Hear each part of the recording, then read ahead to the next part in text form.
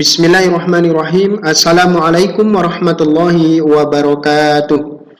Halo, apa kabar semuanya? Semoga kalian dan keluarga baik-baik saja dan dalam keadaan sehat walafiat dan selalu dalam lindungan Allah Subhanahu wa taala.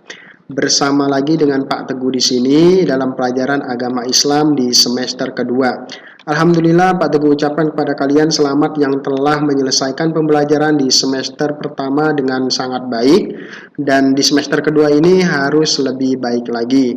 Oke semuanya, hari ini kita akan belajar yaitu KD 3.1 tentang memahami makna Al-Quran surah Al-Fil, yaitu surah yang berada di urutan ke-105 di dalam Al-Quran. Baiklah anak-anakku, sudah siap belajar ya? Mari kita awali dengan sama-sama berdoa terlebih dahulu. Pak Teguh akan pimpin dan kalian mengikuti di rumah. Baik. A'udzu billahi minasy syaithanir rajim.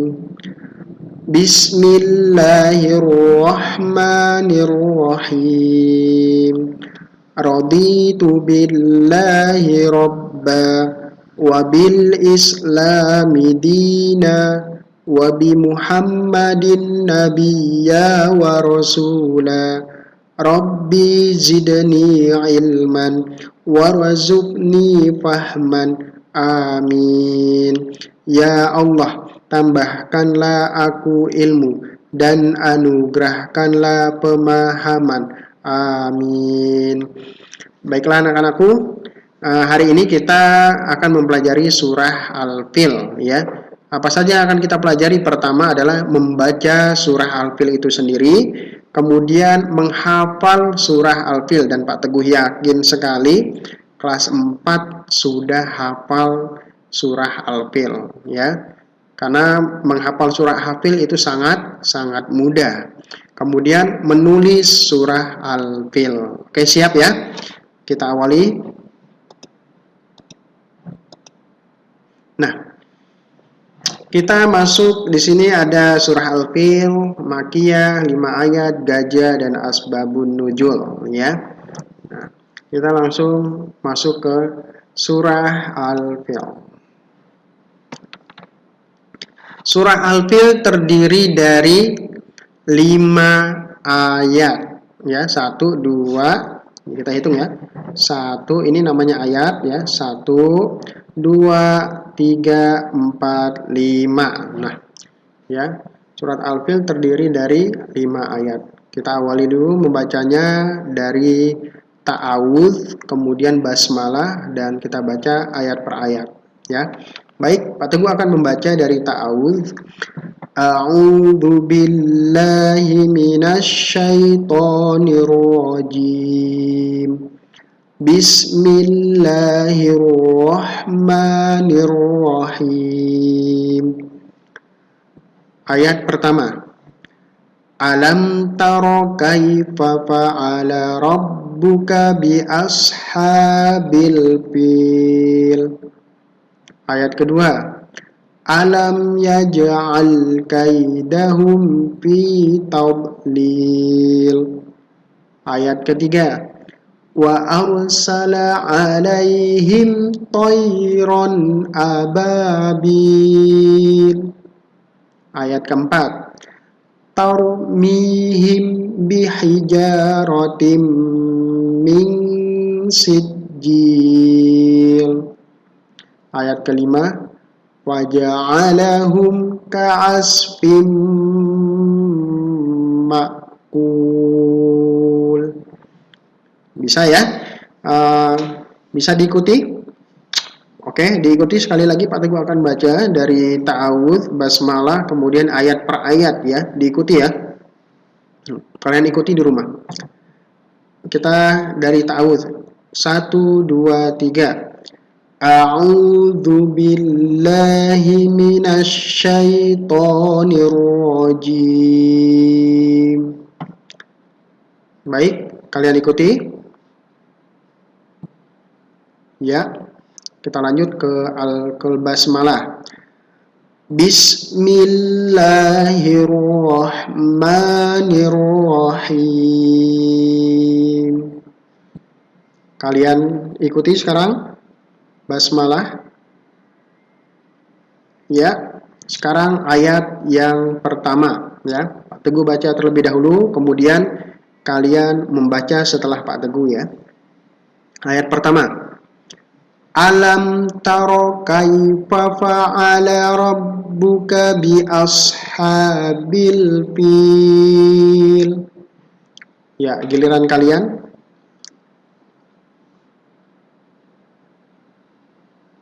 Sekarang ayat yang kedua. Alam yaj'al kaidahum fi tadlil. Ya. Silakan giliran kalian membaca ayat kedua. Sekarang ayat ketiga. Pak Teguh terlebih dahulu membaca, kalian dengarkan. Wa arsala alaihim tayron ababil. Ya, giliran kalian baca ayat ketiga.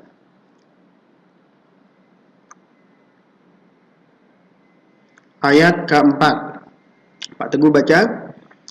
Tarmihim bihijaratim min sijil. Ya, giliran kalian baca ayat keempat.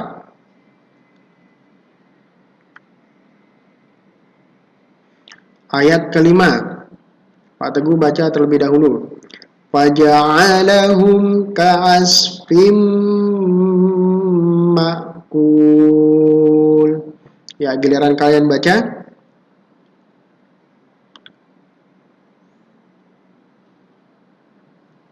Baik. Sekarang kita membaca artinya ya. Dari basmalah kita lihat artinya. Bismillahirrahmanirrahim. Dengan menyebut nama Allah yang maha pemurah lagi maha penyayang. Kemudian alam tara ya. Apakah kamu memperhatikan? Ya. Alam tara, apakah kamu memperhatikan kaifa fa'ala rabbuk? Ya, memperhatikan bagaimana Tuhanmu telah bertindak bi ashabil fil, yaitu terhadap tentara bergajah. Ya. Jadi kamu sudah perhatikan belum apa yang Allah lakukan kepada tentara bergajah? Ya, apa yang Allah lakukan terhadap tentara bergajah? Maka di sini ada tanda tanya ya. Alam taro di sini ada tanda tanya. Udah perhatikan belum nih? Sudah kamu perhatikan belum kisahnya? Jadi kita benar-benar diperintahkan oleh Allah untuk mengetahui kisah ini. Ini kisah yang harus kita ketahui. Jangan sampai kita nggak ketahui. Ya. Baik, kita lanjutkan. Ya. Di sini Allah lalu menjelaskan ya. Alam, di sini ada alam lagi. Bukankah? Ya. Bukankah yaj'al kaidahum, ya, Allah telah menjadikan tipu daya mereka. Dia di sini ya kembali kepada Allah. Bukankah Allah telah menjadikan tipu daya mereka kaidahum fi tadlil, ya. Tipu daya apa? Tipu daya dalam menghancurkan Ka'bah fi tadlil, yaitu sia-sia, ya. Jadi di sini Allah berikan keterangan bahwasanya Allah jadikan rencana mereka untuk menghancurkan Ka'bah ya. Kalau tipu daya itu adalah rencana mereka dalam menghancurkan Ka'bah, untuk menghancurkan Ka'bah itu Allah jadikan sia-sia ya. Allah jadikan hancur rencananya. Baik, kita lanjutkan. Wa arsala alaihim thayran ababil. Dan Allah ya, dia di sini kembali lagi kepada Allah. Dan Allah mengirimkan kepada mereka burung yang berbondong-bondong ya. Toiron yaitu burung ya. Dalam bahasa Arab toiron artinya burung. Ababil. Ababil ini ada yang berbondong-bondong ya. Jadi kita sebutnya adalah burung ababil, yaitu burung yang berbondong-bondong. Burung apa Pak? Entah ya. Jadi yang disebut Al-Quran adalah ababil, yaitu yang artinya berbondong-bondong. Nah, jadi tipu daya mereka ini Allah hancurkan dengan rencana Allah, yaitu mengirimkan burung-burung yang berbondong-bondong, sehingga mereka tidak bisa melaksanakan tipu daya mereka, yaitu yang ingin menghancurkan Ka'bah. Kita lanjutkan ayat keempatnya. Tarmihim bihijaratim min sijil. Ya, tarmihim, yang melemparkan. Nah, yang melemparkan siapa? Ya, burung-burung ini, ya, itu melemparkan mereka, ya, melempari mereka dengan batu. Bihijarah, hijarah artinya batu, hajar, ya, hajar. Hajar dalam bahasa Arab artinya batu. Berasal dari tanah yang terbakar, min sijil, ya. Jadi berasal dari tanah yang terbakar. Bisa dikatakan ya, setiap burung itu membawa tanah atau sebuah kerikil, batu-batu kerikil, ya. Jadi burung itu membawa 3 kerikil, ya, 3 batu. Ada di paruhnya, kemudian di tangan di apa namanya, di tangannya, ya, apa namanya, kok burung itu apa? Tangan, ya. Di tangan atau kakinya, ya, 2 itu, satu-satu. Jadi 3, setiap burung membawa 3 batu. Dikatakan seperti itu. Jadi mereka membawa batu yang bagaimana? Batunya batu yang sangat panas. Jadi batu ini bisa dikatakan batu dari api neraka. Jadi sangat panas, yang terbakar, ya, yang batu membara yang sudah sangat panas. Kemudian faja'alahum ka'asfim ma'kul, dan dia menjadikan mereka, ya. Jadi dia ini kembali ke siapa? Yaitu Allah. Allah menjadikan tentara-tentara bergajah tersebut, ya, seperti daun-daun yang dimakan, ka'asfim ma'kul, yaitu ka'asfim, yaitu daun-daun yang dimakan ulat, ya. Jadi kalian pernah memperhatikan ulat kalau makan daun gimana, ya? Jadi berlubang-lubang seperti itu. Seenak ulatnya sendiri, dia mau pindah kemana-mana gitu, ya, berlubang daunnya, berlubang-lubang seperti itu. Nah, seperti itu gambaran tentara bergajah ketika dilempari oleh burung ababil batu-batu yang sangat panas. Jadi mereka pun badan mereka berlubang-lubang, atau kepala mereka berlubang, mata mereka berlubang, ya, karena dilempari oleh batu yang sangat panas, gitu, ya.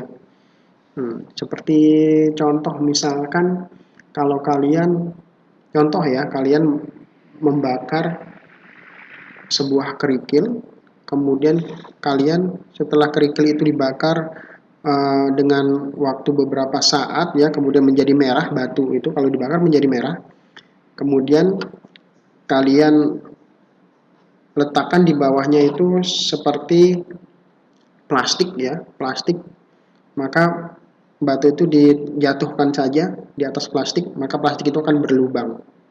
Plastik itu akan berlubang, ya, seperti itu gambaran tentara-tentara bergajah, ya, waktu mereka ingin menghancurkan Ka'bah, ya, seperti itu, ya.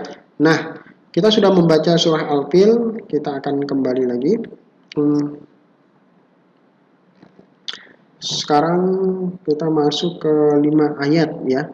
5 ayat ini menjelaskan tentang surah Al-Fil. Makiyah, ya, makiyah, ya. Apa sih makiyah? Yang dimaksud dengan makiyah, ya. Makiyah, surah makiyah. Surah Al-Fil ini termasuk di dalam golongan surah makiyah. Artinya, surah makiyah adalah surah yang diturunkan di kota Mekah sebelum Nabi Muhammad SAW hijrah ke Madinah, ya. Artinya surah Al-Fil ini turun di kota Mekah, maka disebutnya dengan Makkiyah. Kalau suratnya turun di kota Madinah, maka disebut dengan Madaniyah, ya. Jadi perlu kalian ingat bahwasanya surat Al-Fil ini masuk dalam golongan surat apa? Yaitu termasuk dalam golongan surah Makkiyah, yang artinya adalah surah yang diturunkan di kota Madinah ketika Nabi Muhammad ya belum berhijrah ke Madinah. Paham ya sampai sini ya? Jadi surah Al-Fil adalah surah Makkiyah. Kita lanjut ya. Nah, gajah ya, berkenaan dengan gajah. Gajah itu diambil nama gajah ya, Al-Fil itu artinya gajah.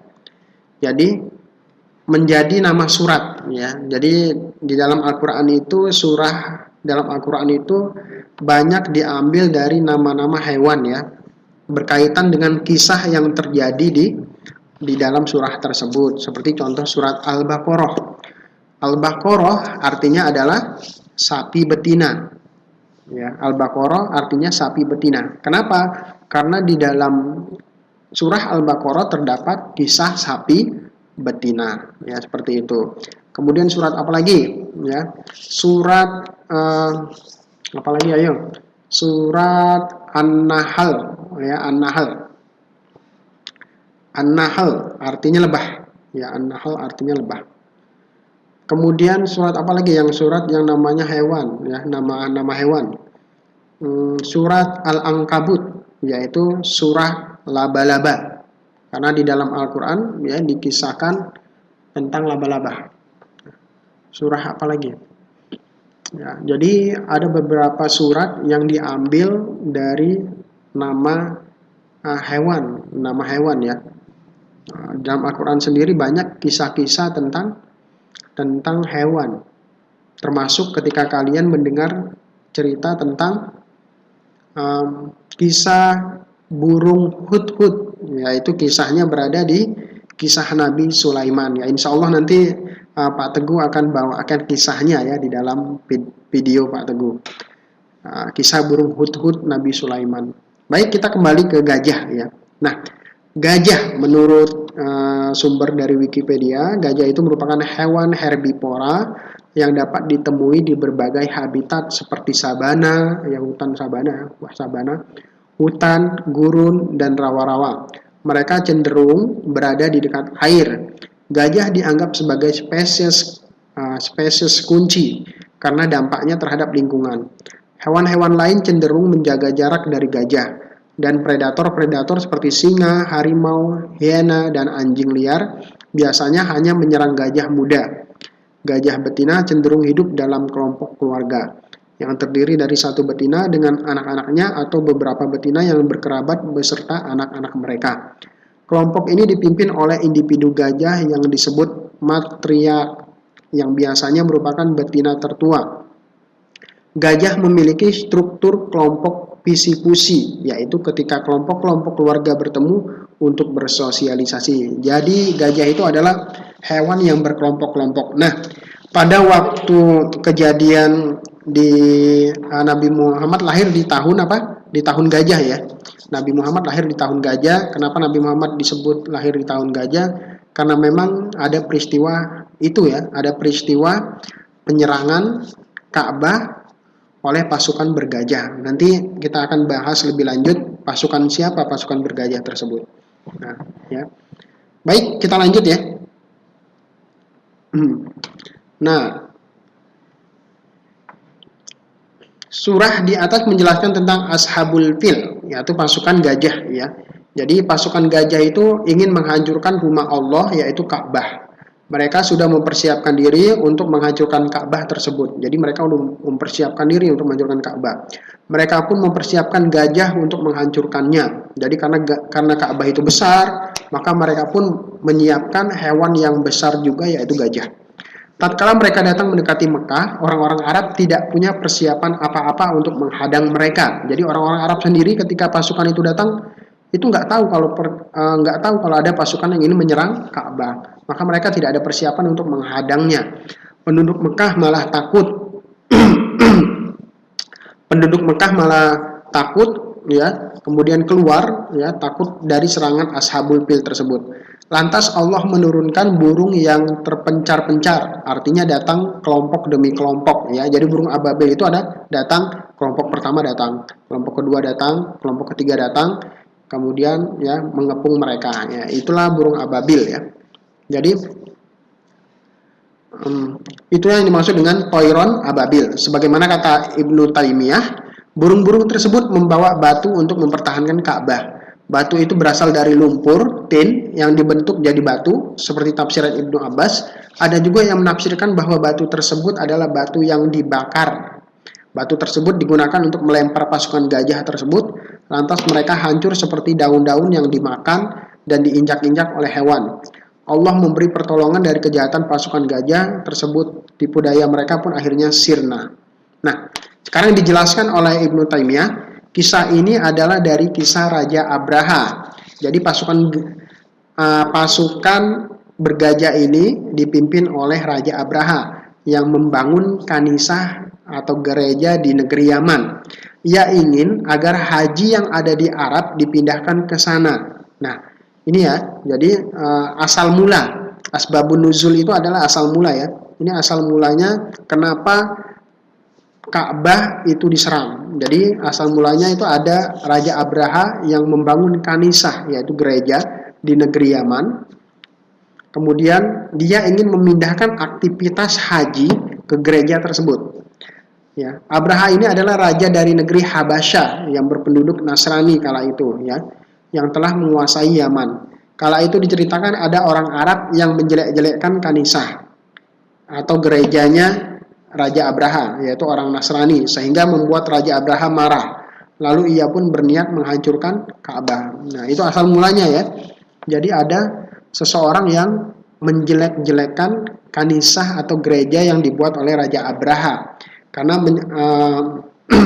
Abraha tidak suka ya disandingkan dengan Ka'bah yang lebih populer ketika itu, lebih populer karena lebih banyak didatangi oleh ya, para musafir untuk beribadah ya, dibandingkan dengan kanisahnya Raja Abraha. Maka Abraha bermaksud untuk ya menghilangkan Ka'bah sehingga orang-orang nantinya berpindah beribadah ke kanisah atau ke gerejanya. Nah, itu asal mula dari atau asbabun nuzul dari surah Al-Fil.